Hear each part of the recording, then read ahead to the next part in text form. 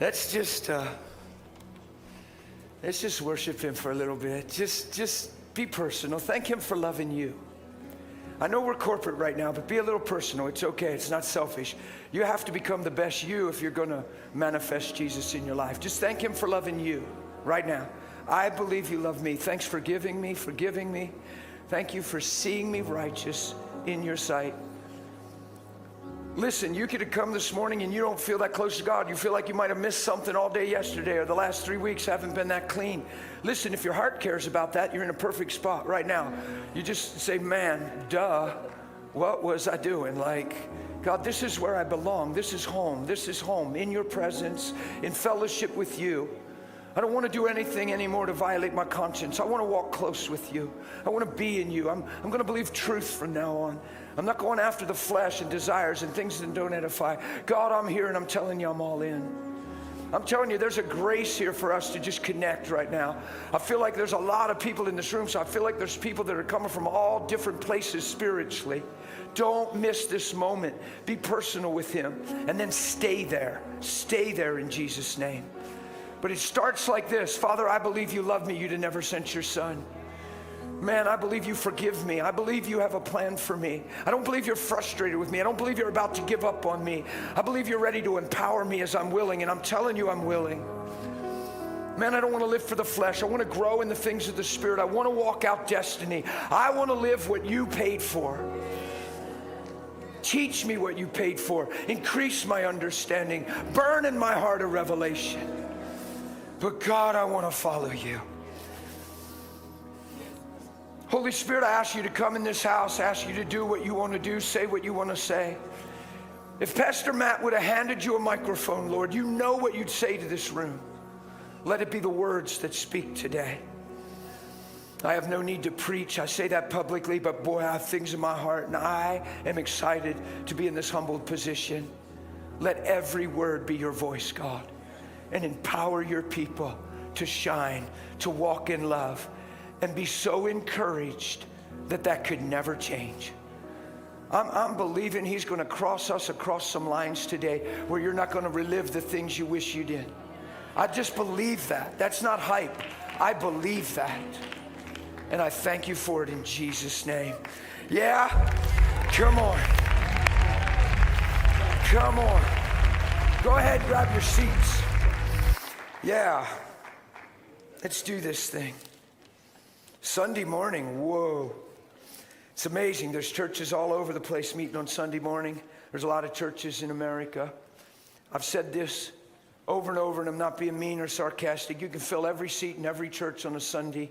It doesn't mean the earth is going to change. But when we become love, it has to. Knowing about the Bible and knowing what the Bible says isn't what transforms a life. Knowing him transforms a life. There's 1,000+1 lies out there trying to keep you from knowing him, trying to keep you from getting close to him. Where the only place you're semi-comfortable is in a corporate setting and you brush against God because the atmosphere is amazing. But when you're alone in a bedroom, it doesn't seem like that. Or when you're just in your house, it doesn't seem like that. I'm telling you, that's a lie. The enemy is trying to keep every Christian from knowing him in a very personal and very intimate way. And it's only through relationship with Jesus that your life's really going to change. You can only afford so much diligence, discipline. You only have so much capability and ability in the flesh to transform your own life. And it's very limited and far below what he created us for. Actually, I'm telling you straight, the Christian life is supernatural. Like to walk out Matthew 5 and the Beatitudes is absolutely impossible in your flesh. But yet he calls you to it. And yet he tells you to live there. And in your own strength, you'll never fulfill Matthew 5. Never. But in the Holy Ghost, it's beyond possible. Yeah? Come on.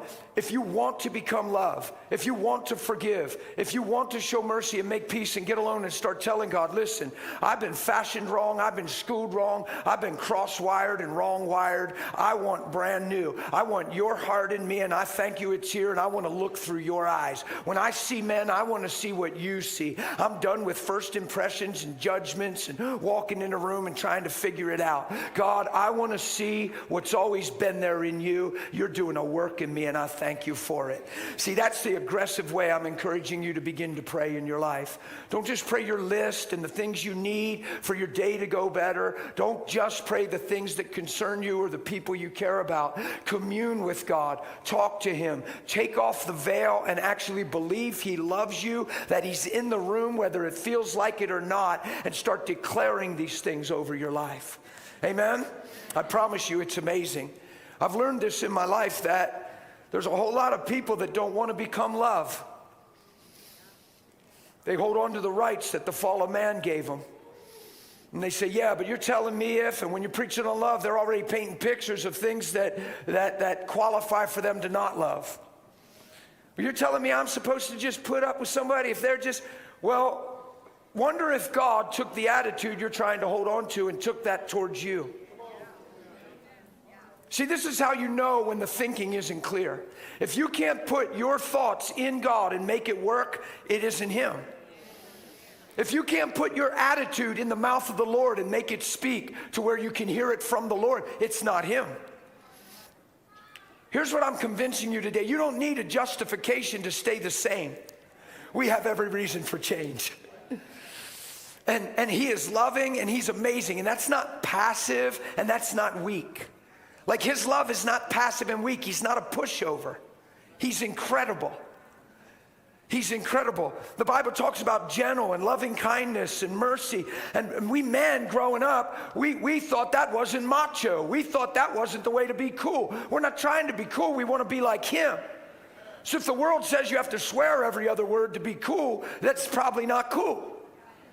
If the word says you got to be mean and tell somebody off and not turn the other cheek, we're probably missing God. But most of us grew up with that mentality. You do me wrong, I'll get you back somehow. I'll make you pay.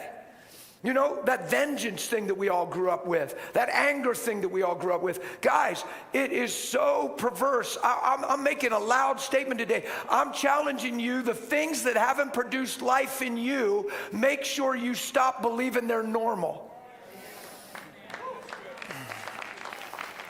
If they've allowed you to be discouraged, if the way you're thinking allowed you to be angry, if it allows you to justify offense and hold on to it, man, let's stop calling it normal. Let's just stop saying, well, everybody's doing it. Jesus isn't doing it.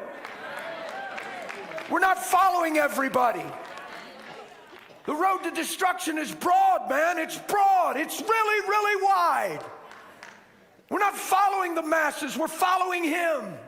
He said that road is narrow, it's confined, difficult is the way, and few are those who actually travel thereby.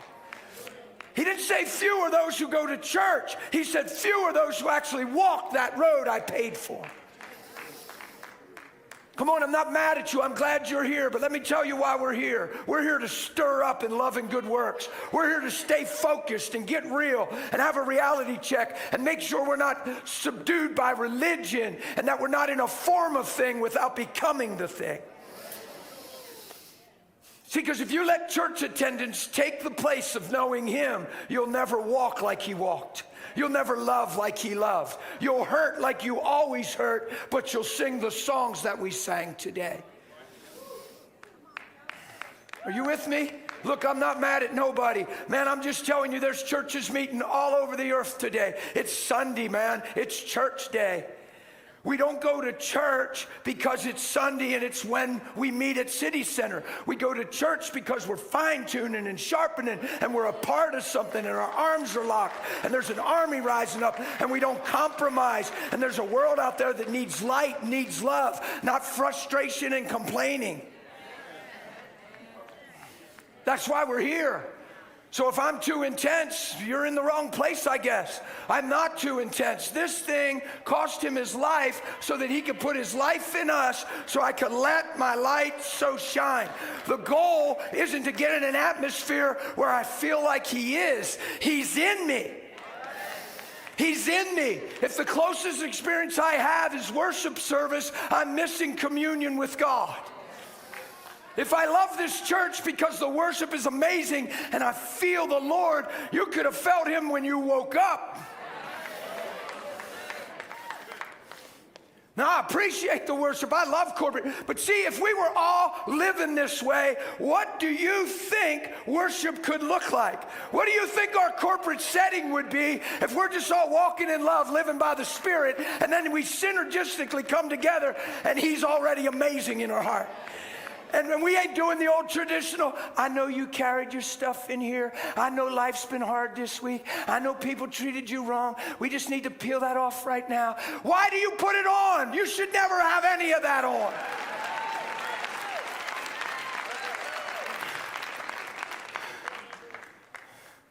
We're always coming up with reasons why our heart's got to be broken, and He heals the brokenhearted. Why don't we teach people why they don't have to have a broken heart?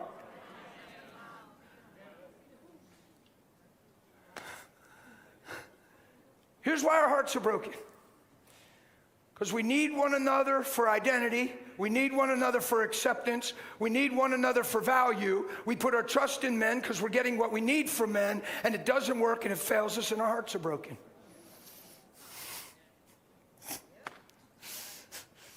Psychology might tell you that's all the way it is. The gospel says that's never the way it is. You never put your trust in flesh. You don't need anybody to find out who you are. You can only find yourself through Jesus. You were made through Jesus. Nothing was ever made that wasn't made through Him. You can't find the truth about you apart from Him. The most you can find is temporal security. You can find a safe haven. You can find temporal rest for your soul because you're in a place that feels safe. But you'll never be free, because if that changes, you change. So we live for that safe haven, and for most people it's a pipe dream. We never find it, so our heart gets hurt, heart gets hard. We act like we don't care, but we do care. We put up superficial walls. We only let certain people so close because we've been burned before. Just imagine the walls Jesus would have had to have if He felt burned. Jericho wouldn't have held a light to the walls Jesus had to have. And there wouldn't have been no shout bringing them walls down. Come on, why am I talking so intense like this? Because guys, we're celebrating Jesus. We're worshiping Him, right?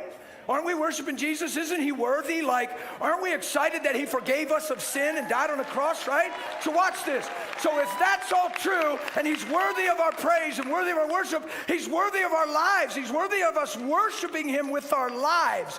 He's worthy of our attitudes. He's worthy of our perspectives. He's worthy of our motives.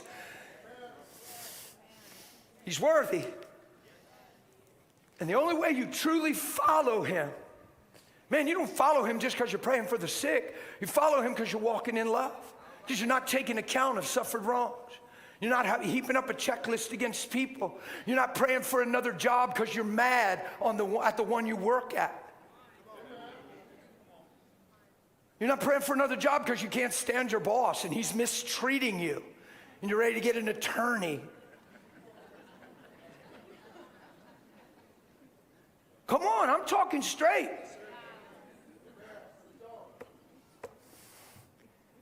No, you're on that job to shine. You're on that job to show mercy, to love, to make peace.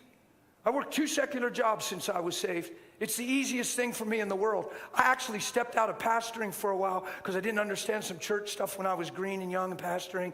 Church felt like a business. There was things that were violating my heart. And it was just easy to be in darkness. I enjoy it. I don't mind when they're cursing, swearing, and they say they're atheists, because Jesus is in me. I have a bigger confidence than their unbelief. And I don't go to work for me. I don't go to work for them to treat me right. I wake up to shine. Nobody owes me a thing. You're not going to rub me wrong. There's nothing to rub wrong. You don't owe me a thing. I didn't wake up to expect anything out of you today. I didn't even expect a good response when I preach. I didn't. I'm just humbled. I'm here. I'm honored. And I got 2 seed bags on me in the spirit. And I'm just throwing them like crazy.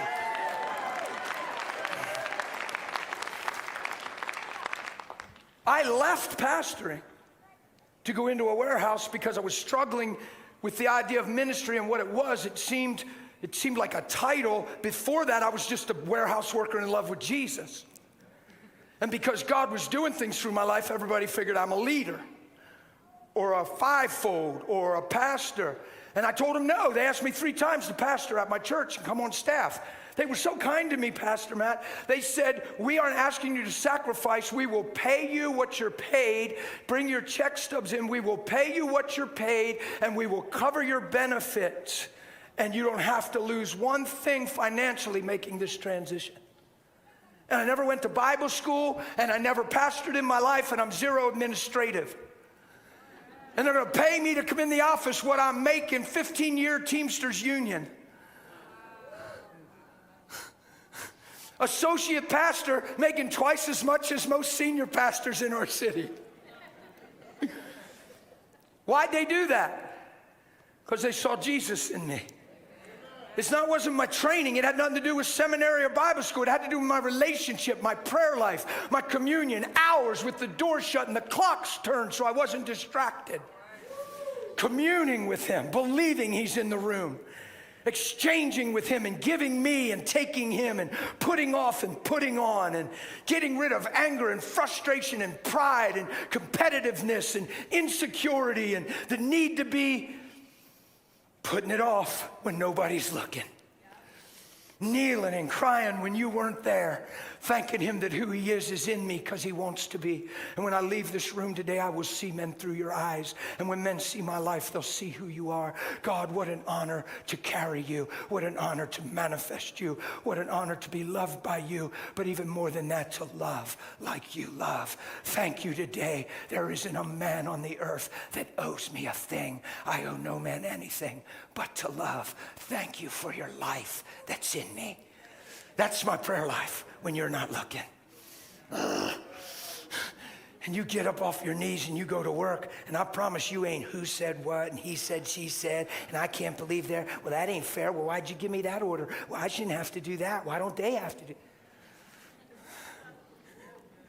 And then you call your church, pray for me. I need another job. Preferably a Christian atmosphere. That was the number one prayer request I always got as a pastor. Pray for me to get a new job. I would love to have a Christian atmosphere. Like you, Pastor. Like you. In fact, you're paid to do what you do. People just don't understand. It's like a Christian atmosphere. One of the reasons I left to go into the warehouse because it was so real. When I was a pastor, everything was Christian. Everything around me. The backslidden people said amen because they were in the building. The people that I counseled that were working through trouble, I mean, they were playing the part. And they're still beating each other up on the way home. But they, holy, holy. Well, why we got to eat there? Why are we going to eat where you want to do last week? When do I ever get to eat where I want to eat? How come you always get to do what you want to do? You're so controlling. I'm so sick of you. That stuff happens in cars on the way home from church.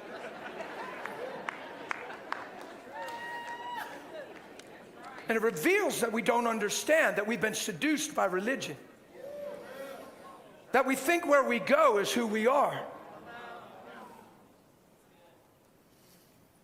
I left my pastoral thing to go into a dark warehouse, man.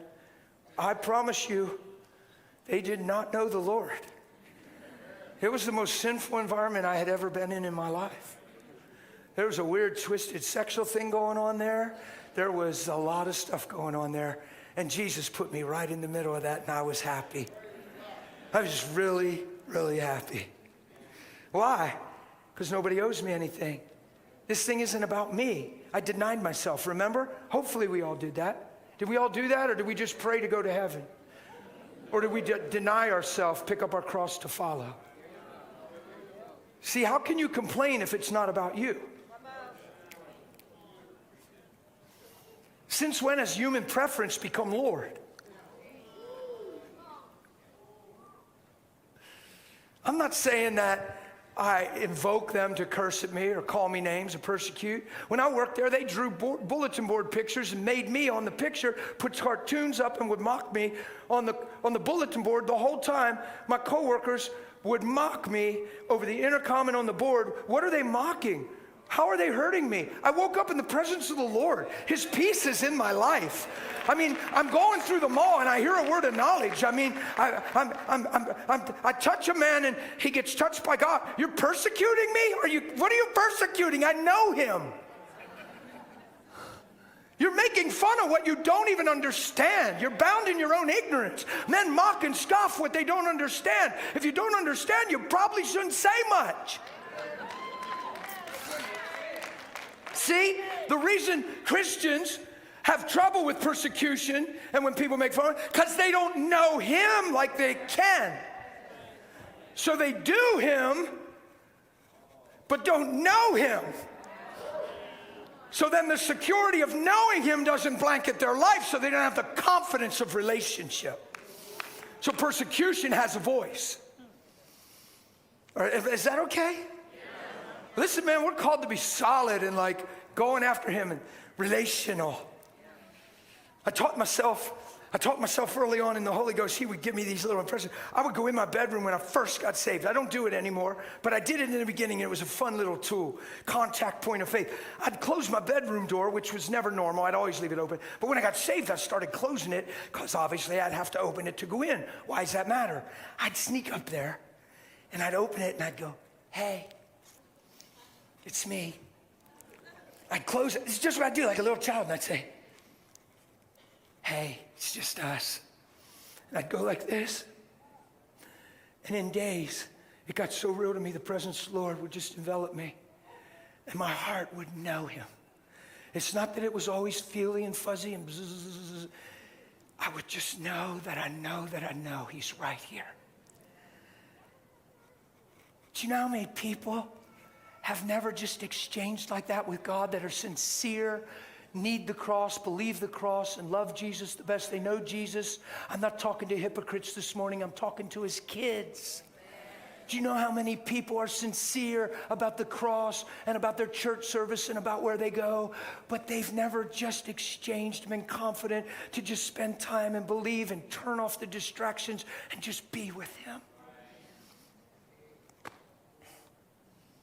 Your life will never transform without being with him. You can read 1,000 books. You can read your Bible every day. Your devotional can become religious and take the place of knowing him. You can do a daily devotion faithfully for 20 years and never communicate and contact the Lord. Never exchange from the heart with him. You just read it and your heart gets warm because of the content, and never actually, wow, the way you see me is amazing. God, I'm so strengthened and empowered by you. Holy Spirit, it's so amazing that you're in my life, that you want to live in me. Man, I appreciate you. I'm excited about today. Thanks for your unstoppable love. I've talked to countless Christians that were honest and told me they never initiated communication with the Lord, proclaiming that he loved them. They never even thought about it because it felt weird.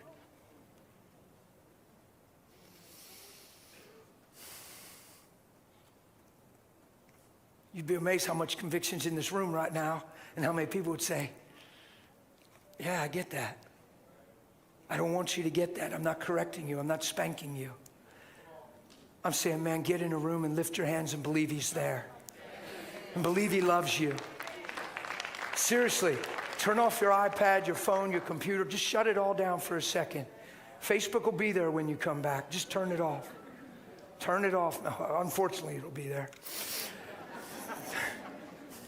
I'm just sorry, man. I'm a little bit on a tangent. That stuff rules people's lives because they need content. They need static. They need background noise. You just always have to have something playing. So why don't you harness all that and go this way? I would close the door and say, I'm here. It's just us. So like a child, you'd look at me and think, man, that's weird, man. Listen, I'm in a really good place. He's either not there and I'm loco and I should just get a hobby, or he is there and it's where I'm going to get to know him. Come on, if you're married in here, and I know there's some crazy stuff today where people get married over the internet probably and do their ceremony maybe on Zoom. I'm not sure. There's a lot of impersonal stuff out there. I mean, you feel important because you got 1,000 contacts and you ain't never met nobody. And you ain't never looked into their eyes and you call them friends. It's just a weird world we live in. It's like you have contact with the world and you're isolated the whole time. But it meets the need of survival. Yeah, I'm unfortunately talking about it. When you get married, you got to know each other. You got communicating. You settled in your heart, this is the one. I'm willing to, yeah. Hey, will you? I do. Wow, will you marry me? Whoa, yeah. All that good stuff. It's not because you didn't communicate and fellowship and hang out. You would have never got to know him to the point of marriage if you didn't spend time. You don't just get to know Jesus because you're reading your Bible literally and reading Scripture. You get to know him because you're realizing that Scripture is him and it's how he sees you and it's who you are, and you make that personal through communion and prayer. Are you with me? There's nothing surpasses knowing him. Like seeing the sick healed is phenomenal. That dear lady, I seen her face out there that came down here and testified. There she is. Yeah, hey, that was a beautiful thing she talked about last night. Who knows, that's amazing. It makes people cry. You're like, oh, yes.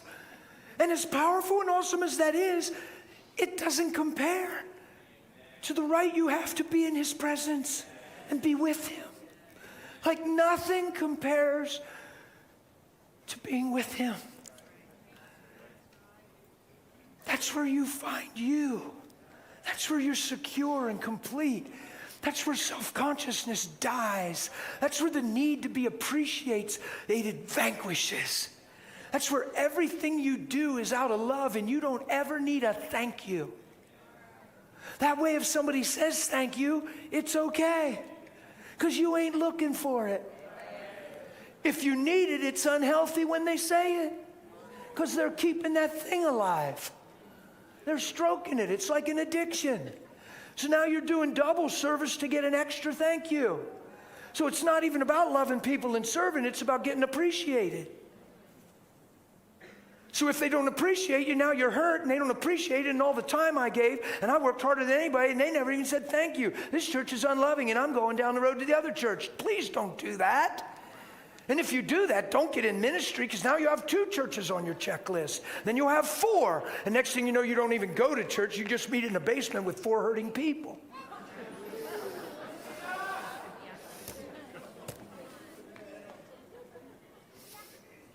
I've watched countless people get hurt in church. You know what it tells me? It's not that the church was unloving. It's that they're doing what they're doing for recognition. Watch this. Even if the church messed up, where do we just stand up and love? If you come here to be loved, you might get hurt. If you come here to love, you'll never get hurt.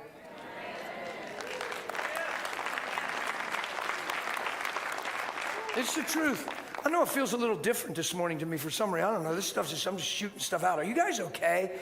You're not like feeling all beat up and battered, I hope. I've seen too much hurt in the church.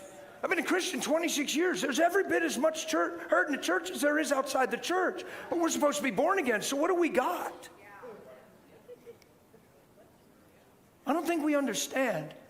I think some of us in a good heart came into this thing to go to heaven for what God could do for us. We had good intentions, but I don't think we understand that he wants a whole change of motive in your life, a whole transformation of nature.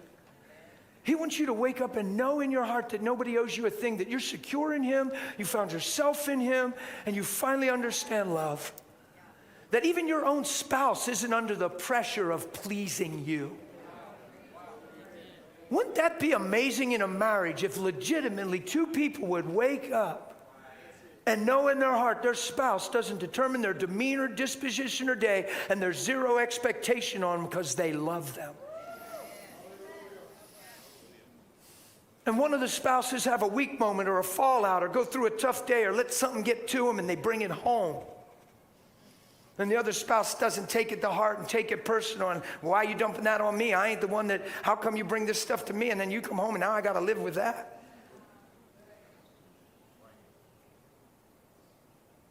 Where's Jesus? Why are we saved? For blessing, provision, protection, to go to heaven? That's what most Christians will tell you. Because that's 99% of the messages are beneficial. And that's why there's a lot of discouraged Christians, because the message ain't happening in their life. I don't even know if it's 1% of the message are transformational. It's always beneficial. What it'll do for you, bringing you a breakthrough, getting you out of your grave, changing your circumstance, and everybody's fired up. And that thing hits them with joy, and they leave with joy, and then the heat of the day comes, and it withers so quick. So quick. Ain't that the way it happens? So I'll just never, so you get mad at me, I'm not trying to make you mad, but I'm not going to ever stand before God and be guilty of not telling you these things.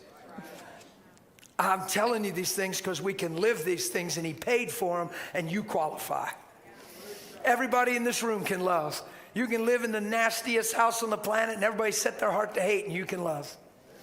I'm not saying it don't have challenges, but if you know who you are, you won't let it hurt you. You'll walk through it. You'll love them. You'll cry for the right reasons. How many times do we just cry because of people? Why isn't it easier to cry for people? Aren't you glad Jesus wasn't hanging on that cross? God, I'm not even sure what we're doing at this point, man. These people are jacked up. That love I always felt for them before the foundation of the world, oh, they did something to that thing. I think I'm messing up right now. Look what I let them do to my face and my body. I healed their sick, cast out their devils. I cleansed their lepers, and they're going to mark me like this and curse me and spit on me.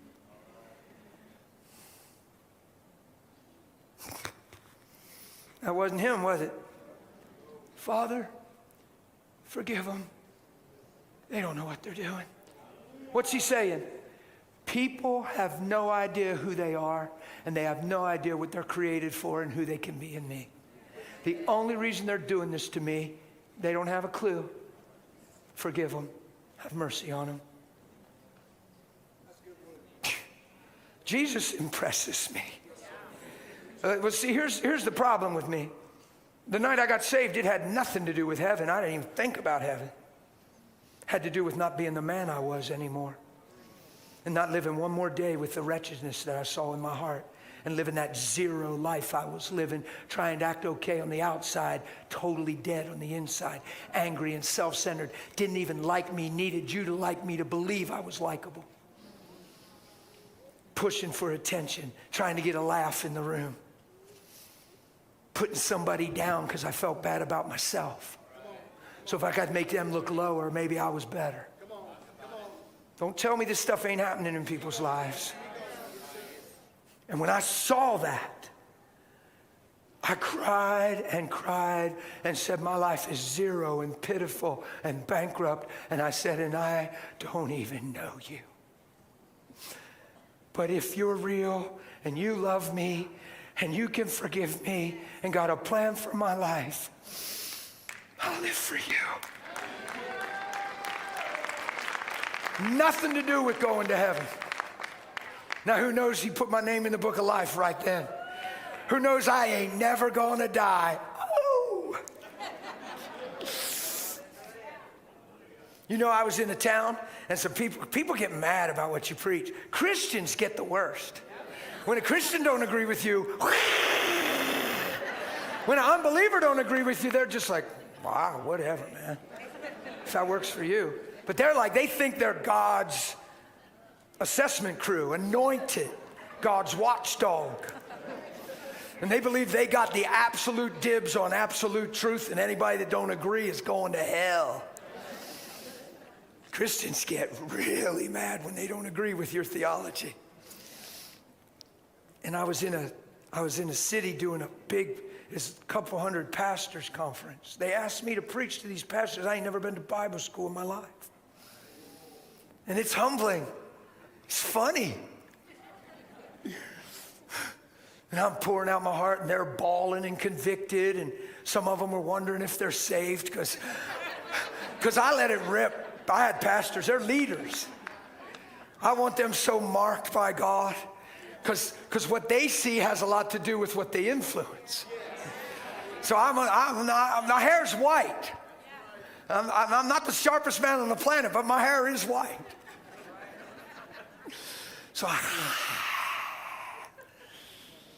I got some folks that don't want me there so bad that they're threatening if I come. So after my service, I got undercover policemen sitting around me. And I'm like, what? I said, this don't look right. This looks like something you see in a movie, I think. Guy leaned over, he said, hey, Dan, I'm Officer so-and-so. I said, I thought that. Yeah, them, they're all with me. It's 4 of them. I said, what's this all about? I'm thinking, I understand. I'm not against security and stuff, but I don't need 4 policemen to shadow me in a service. Keep people away. You know, pastoring would be great if it wasn't for the people. God, forgive us. Who took notice that I like people? Who saw that I don't run out and I hang and I stayed with these guys? Thanks for letting me stay. Man, me and Jesus, we'd have just been somewhere in a hotel room. I'd have had to go find somebody to love. Watch the clerk cry at the counter, which I've seen more times than I can remember. But I was in this town, and he said, well, there's been some threats against you and pertaining to your life, and we're very concerned for your well-being. I said, are you serious? My life? He said, yes, sir. And we're taking it serious. We have these men. We're going to shadow you and get you to your room, and we're going to make sure you're good till you're out of town. And I said, oh, my goodness, sir, are you kidding me? He said, no. I said, listen. See, because you don't know how you respond till you're in the situation. So you see how I am right now? That's exactly how I was when he told me that. So I'm like, listen, man, I can find you in Romans 9. Like our chapter Romans, I don't know, it might be 9. I said, I can find you in Romans. I can see that you're in the Bible, officers. I appreciate you. And there's a place for you in society, and I respect you. But I said, right now, so you're out of the boundary of where this isn't yours. I said, this is spiritual, it's intimidation. And if you don't face it, you'll run from it the rest of your life. I said, so here's what we're going to do. We're just going to let it play out.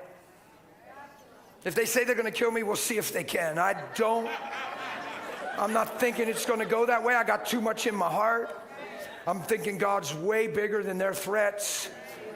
Well, sir, I strongly disagree. Officer, I respect you and love you. I'm not even asking for your agreement.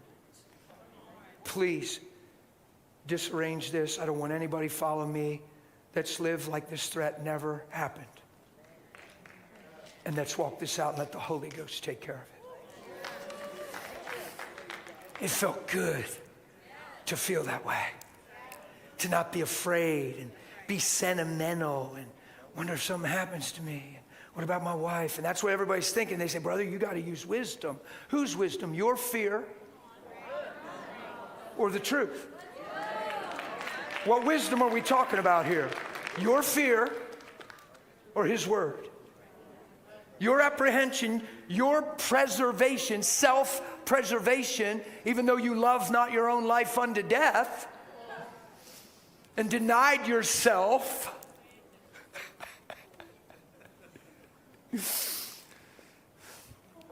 So I walked through it. Never had a threat like that again since. You can see I made it through.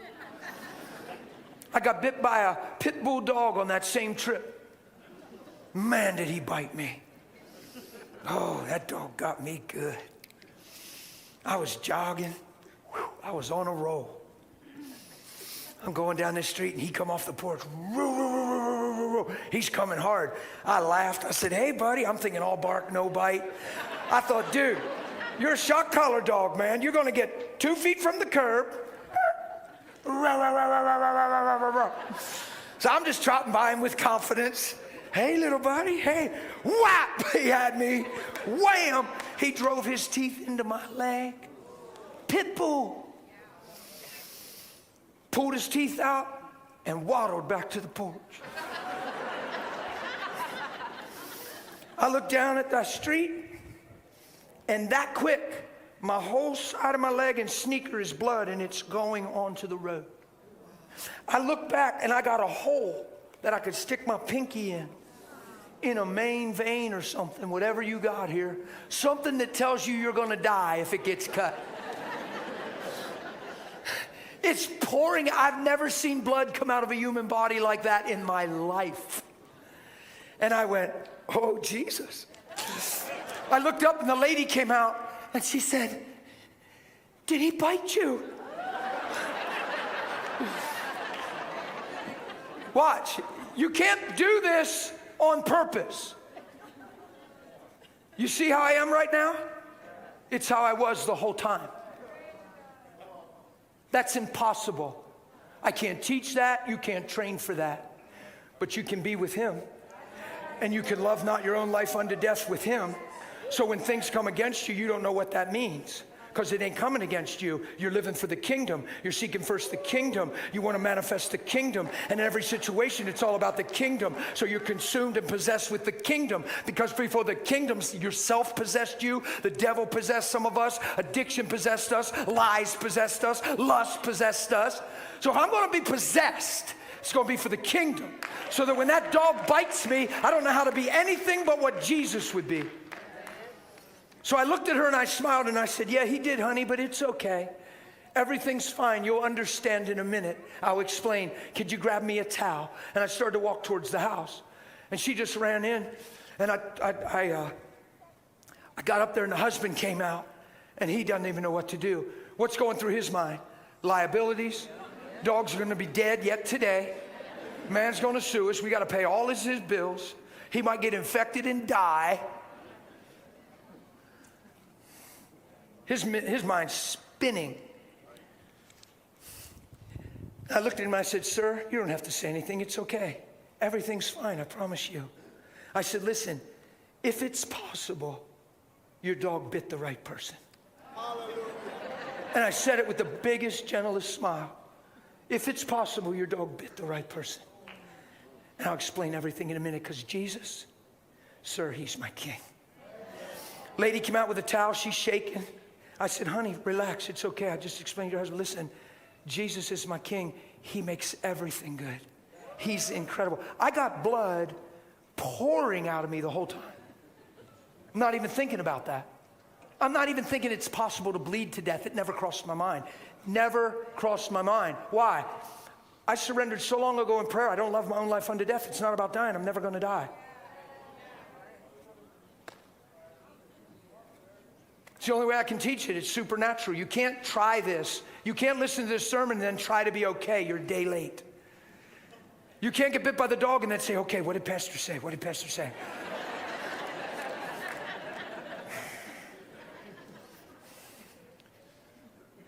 You got to be with him now. Yeah?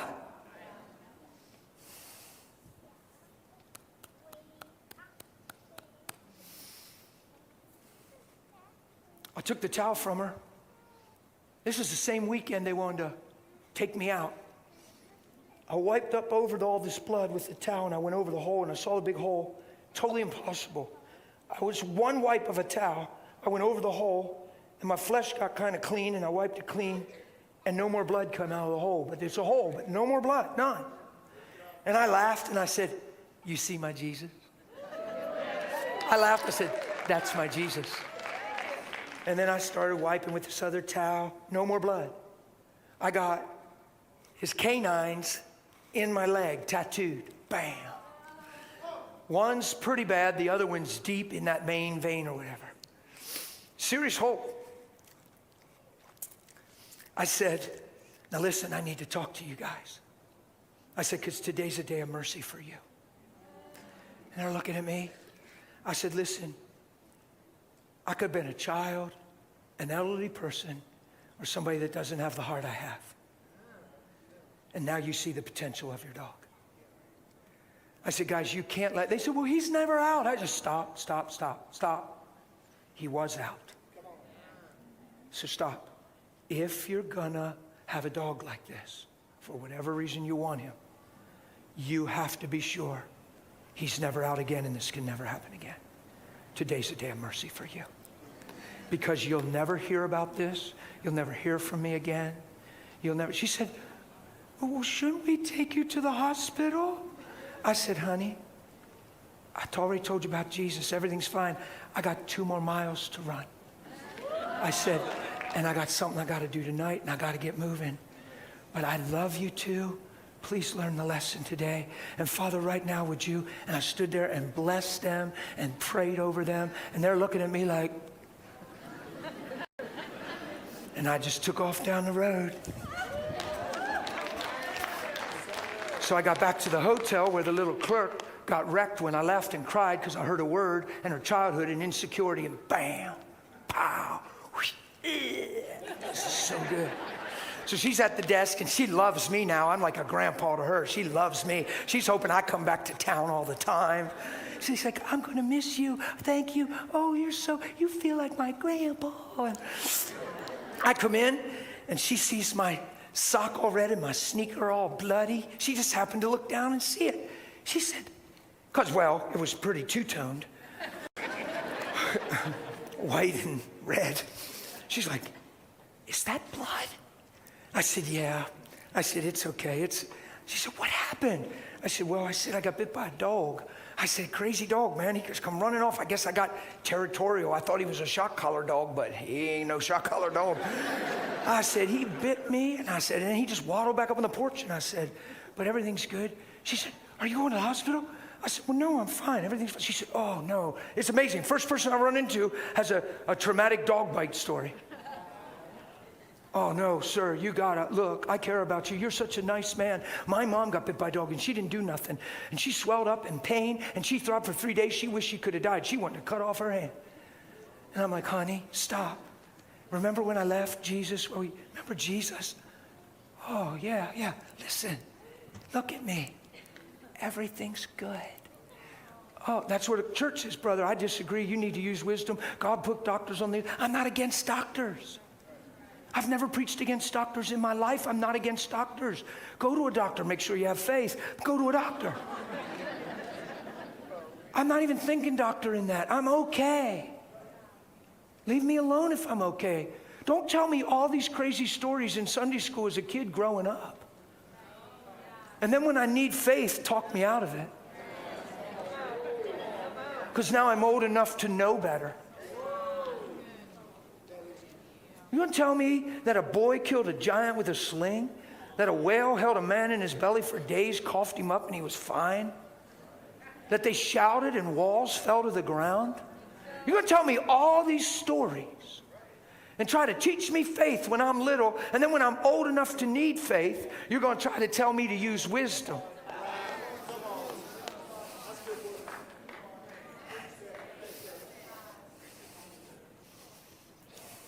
This precious black man, I love this guy. He pops around the corner. He's the maintenance fella. We hugged, we laughed. He was my buddy. He turned the corner. He's real Southern. I'm not mocking him. Just understand I loved him. I grew up in the city. I just laughed at this man. He turned around. He said, hey, man, you got bit by a dog? And that's just how he talked. You got bit by a dog? I said, I did, sir. He said, whoa, man, you need to listen to the girl, man. You need to go to the hospital because I got bit by a dog. I said, 2 people, and they both got dog bite stories. So he's being charismatic. He sounds like he'd be good in church, right? He says, no, I got bit by a dog, man. He's talking fast, and he's got Southern in him. And I'm watching. He's so serious. He's trying to help me, right?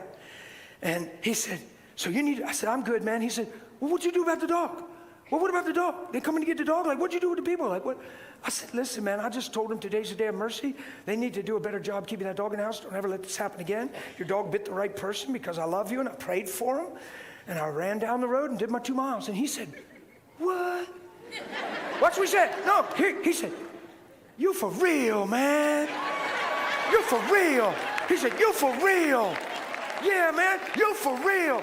And I said, you know what? I said, people blame that on me a lot. They say I'm for real. And I said, I don't know what else there is. I guess there's half in, half out, lukewarm, insincere, hypocrisy. I think all there is real. But I said, one of the greatest testimonies I always seem to get from people is, you know what I like about you? You're real. And I'm like, well, what are you? What are you? What are the rest of us? What do you mean? It's a sad day when the testimony I receive from the church is, you know what I like about you? You're for real. Because nobody else is. We're just kind of doing this thing.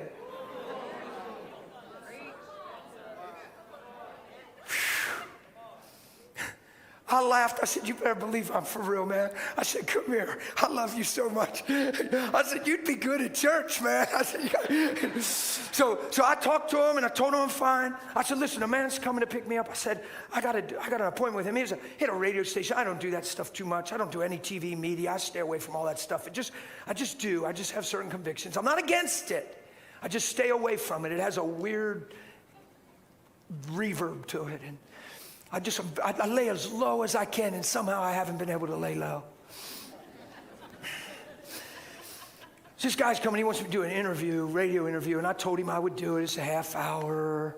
He contacted me for I don't know how long and said, you got to do another one. It was the most views we ever had. People want to play it again. I played it 4 times, and there's more views now than there was. I'm like, stop. I go up my room, I said, he's coming, I gotta go get a shower quick. I took a shower, I just wore jeans, I just had jeans on, I put on my jeans, and you know what I said? I said, you know what? You got this, so got this. I ain't rapping it or nothing. I just gonna put my jeans on. I just put my jeans on. I just went to service. I got a hole that I literally, honestly could stick my pinky in. And the other one was kind of serious, but not that bad. This is true as I'm standing here. You don't have to believe me. I would understand it. There's actually a lot of unbelief in the church. But when I got back from service to the hotel room and got undressed to get in my comfies, the one hole was completely closed. The other hole was almost closed. In the morning, it was a red spot. In the morning. It's called covenant. It's called all that is mine is yours, and all that is yours is mine. It's called love not your own life unto death. It's called seek not your own, but seek ye first the kingdom of God. Look, if I'd have took it personal, if I'd have got mad at them people, if I'd have called whatever and got the dog put down, if I'd have held them accountable and made them pay me for suffering, I might have got infected. I might have needed stitches. I might have had a throbbing leg in the morning. But when you seek first the kingdom and you walk in love and you cover everything, a multitude of everything in love, you're walking in a grace that's hard to describe. You can hardly teach it, and people can hardly relate to it because we've been self-centered. I'm not spanking you. I'm cheering you on. I'm saying, why don't we all just go after this thing? Why don't we all just learn what it means to love each other and not believe we're being passive over a doormat? Cut me a break. Was Jesus a doormat? People say, well, brother, I ain't letting nobody walk over me. Nobody walked over Jesus. He did what he did willingly to show us what love looked like. He's amazing. He's the living epistle of love. He's so powerful hanging on that cross, standing in front of Pilate, so impressive. He's the one that was and is to come, King of kings and Lord of lords. And he's standing there like a beaten man and won't say a word. Why? So you can get filled with his spirit one day. Not so you can complain, not so you can stand for your own rights, not so you can have issues and get mad at God because you didn't get the promotion. So now you ain't praying for a while.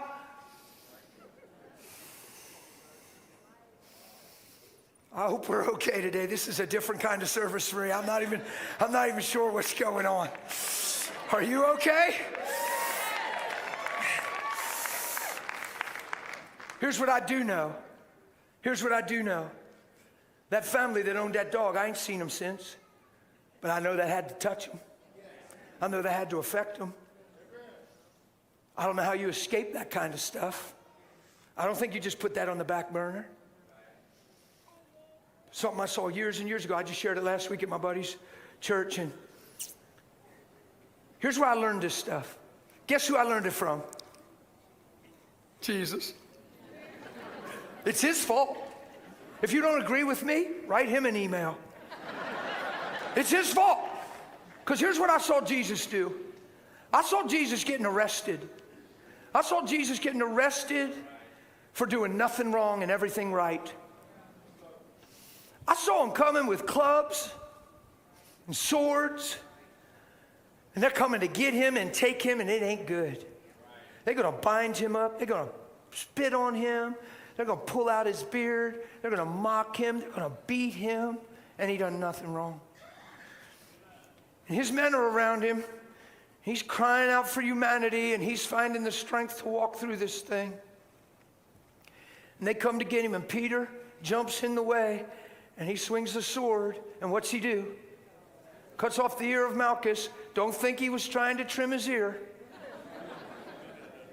Guys, he's not like giving him a warning strike. Stay back. No, he's swinging for the throat. He's swinging for the kill. He's trying to protect Jesus. The dude must have ducked. Swoop, ear. What's Jesus do? Does he walk over to Malchus and say, well, son, guess the man reaps what he sows. You on the wrong side of the fence, pal. Huh. Bad company corrupts good values and morals. It's going to be in the book of Romans when I finally write the word.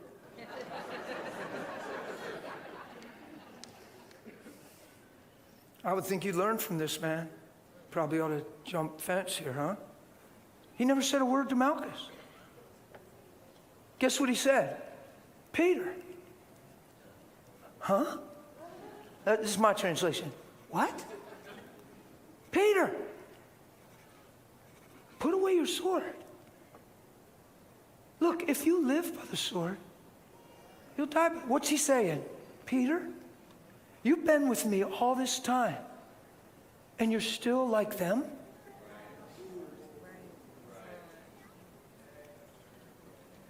You've been with me all this time, and you're still living like them. You're still... And if you live that way, you'll die that way. While he's doing that, guess what he's doing? He fixes Malchus's ear. Now, I know there's debate. Did he put the ear that got cut off on? Did he grow a new one? I don't care. I don't care at all. Here's what I care about. He fixed him and never said a word to him. Peter, put away your sword. What? Peter. And Malchus, put yourself in his shoes. This is real. It's not a movie script. This happened. He's going. He's freaked out. He's got to be freaked out. What do you do if you're Malchus? How do you escape that? They're tying Jesus up and taking him down the road and whacking him and throwing. And Malchus is like,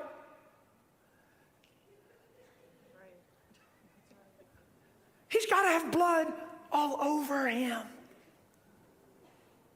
Like, dude, what happened? Are you okay? Was there a fight? He gets back to town. Don't think people were like, what's going on? He's got to have blood all over him. Guys, when we're shaving and the razor just nicks you on the edge of the nose, you can fill a Red Cross bag. It's like...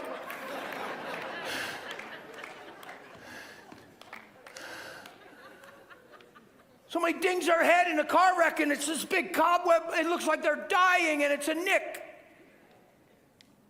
You cut up around cartilages or you cut a piece of ear off. But there ain't nothing wrong with his ear. Try to explain that. What happened to you? How come you're all bloody? One of his guys cut my ear off. No kidding. What do you mean cut your ear off? Your ear's fine. Well, I know. The guy we're beating?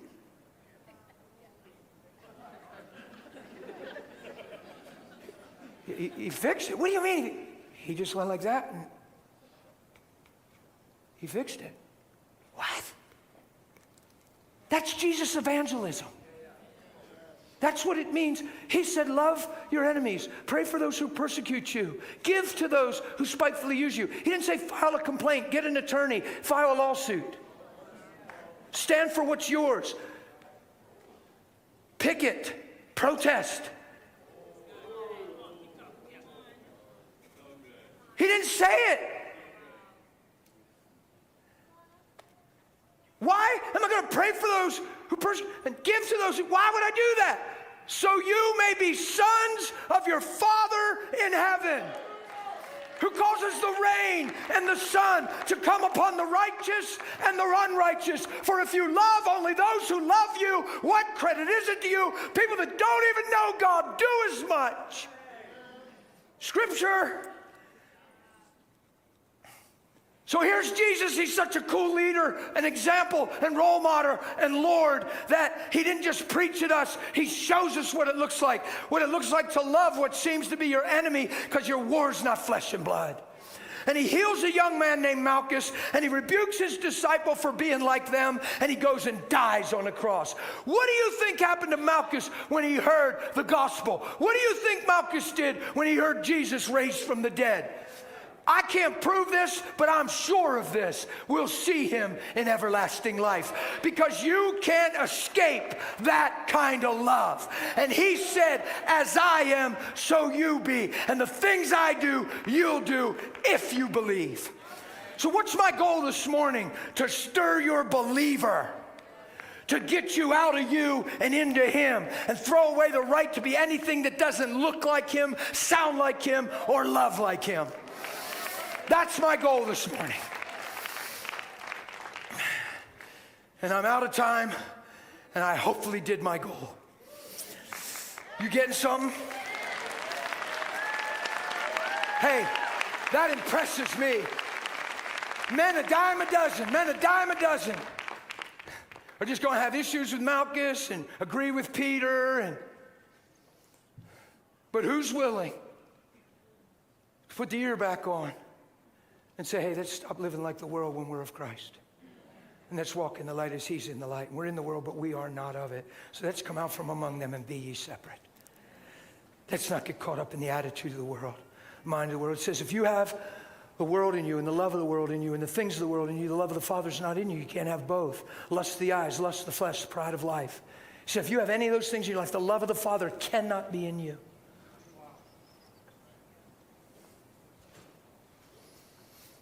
You all good? Yes. So let's live born again. Yes. And when we gather here, I agree with you, Pastor. God's doing something. I haven't been here the last 3-4 weeks, but I was here this weekend. You guys are such sitting ducks. You are so teachable. You're so open wide. You like have honored me. You have opened your heart. I'm like preaching so free, and here's what I feel. Like there ain't none of this, because I don't care. We'll come right at that. But that's not even there. It's just people going, wow, yeah. I've watched it all week. You guys are amazing. You're in a great place. Let's go with the flow of God. Let's let Holy Spirit do what he's here for. Let's make sure we're participating and we're part of the army. Let's not just be part of City Center. Let's be part of the army, the kingdom. Look, I'm going to speak for them. I'm sure I'm right on this. I don't think they're doing what they're doing and paid the price or sacrifice, whatever it took them to get to this point. I don't think they're doing this just so we have good church services. I think they have a higher vision than that. Like lives changed, lives restored, lives transformed. Yeah? Strong declaration before I close.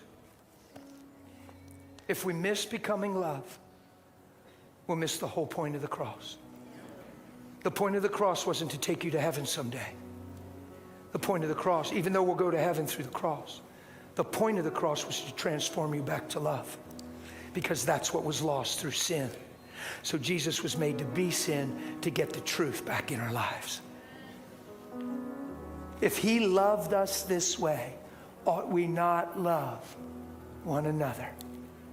1 Timothy 1:5, the goal of our instruction, the purpose of the commandment is love.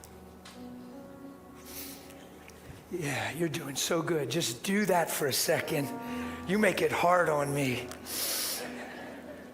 Like you think you might be done preaching and then this guy's there. And you're like, and then you feel like more preaching. And then you think, okay, I got to be done. And then you hear them keys and you're like, so it's all his fault. It is really good. That's sweet. Like, that's really good. Whew. I'm going to read this. Let's close the weekend out in this. But who knows, this isn't an event and this isn't the end. We're just going to go in Him. We're not going to grow weary in well-doing. We're going to run together. Don't ever come here, please. I'm talking newbie will do that. Somebody that doesn't know the Lord, somebody that's just going through a struggle will tend to do it. The people that they're hearing my voice that are in here, there's a lot of you. Watch this. Guard your heart. Keep yourself accountable. Don't ever do this. Don't ever come to church to be loved. Come to church because you are loved and you want to love. Don't test the atmosphere. Don't come in to see if it's loving, if somebody notices you or how many people talk to you. People do that. They go to churches and test the atmosphere to see if it's loving. I say it should have been. You were there. See, we were tricked into always what we can get instead of what we can become. So this is going to be a closing prayer. In fact, I'm going to ask you, if you're into what I'm saying and you're convicted by it and you want it to be your life, why don't you just stand up with me as an honor to God and let's pray. And if you're not standing, it's okay. We're not judging you. We're not like, oh my gosh. If you can stand, if you want to stand with me. I'm going to read this. And I'm going to believe this is how we begin to live our life. I don't usually ask this, but if you would just close your eyes and not be distracted by anything, and with them precious keys playing, just close your eyes. I'm going to read this, and as you hear these words, I read this the other night, but I'm going to read it again. Just let it be your prayer and let it be your heart. It's out of Colossians chapter 3, verse 12. Here we go. You ready? Therefore, as the elect of God, holy and beloved, put on tender mercies, kindness, humility, meekness, long-suffering, bearing with one another, forgiving one another. And if anyone has a complaint against another, even as Christ forgave you, you also forgive. But above all these things, put on love. It's the bond of perfection. And let the word or let the peace of God rule in your heart, to which you were called in one body, and be thankful. Let the word of Christ dwell in you richly in all wisdom, teaching and admonishing one another in psalms and hymns and spiritual songs, singing with grace in your heart. And whatever you do, indeed, do it all in the name of the Lord Jesus, giving thanks to God the Father through Him. Father, we stand in your presence. There's this reverence that's on me, this holiness, this tearful thing I feel. What an honor that you would give us your nature. What an honor that you would power us by the person of Holy Spirit to live what's not possible in our flesh. Today we wrap faith around you. Today we say we believe that we can walk in love, and we do want to follow you, Jesus, not just to sing to you, not just to pray to you when we're overwhelmed. To follow you is the greatest honor and will be found as the greatest joy. To love not our own life unto death, but seek ye first the kingdom of God. I bless this house with this revelation, and I pray this house goes down in eternity with the testimony of a house that loved very well. And God, I pray that people come to know you truly because they knew this house. God, I ask you to mark it well and not let one person be lost to lies, deception, or distraction. Holy Spirit, would you come and work in us this truth as we stand desiring to bring glory and honor to your name. In Jesus' name, we pray and say, amen. God bless you. I love you, and I'm glad I was able to come. See you.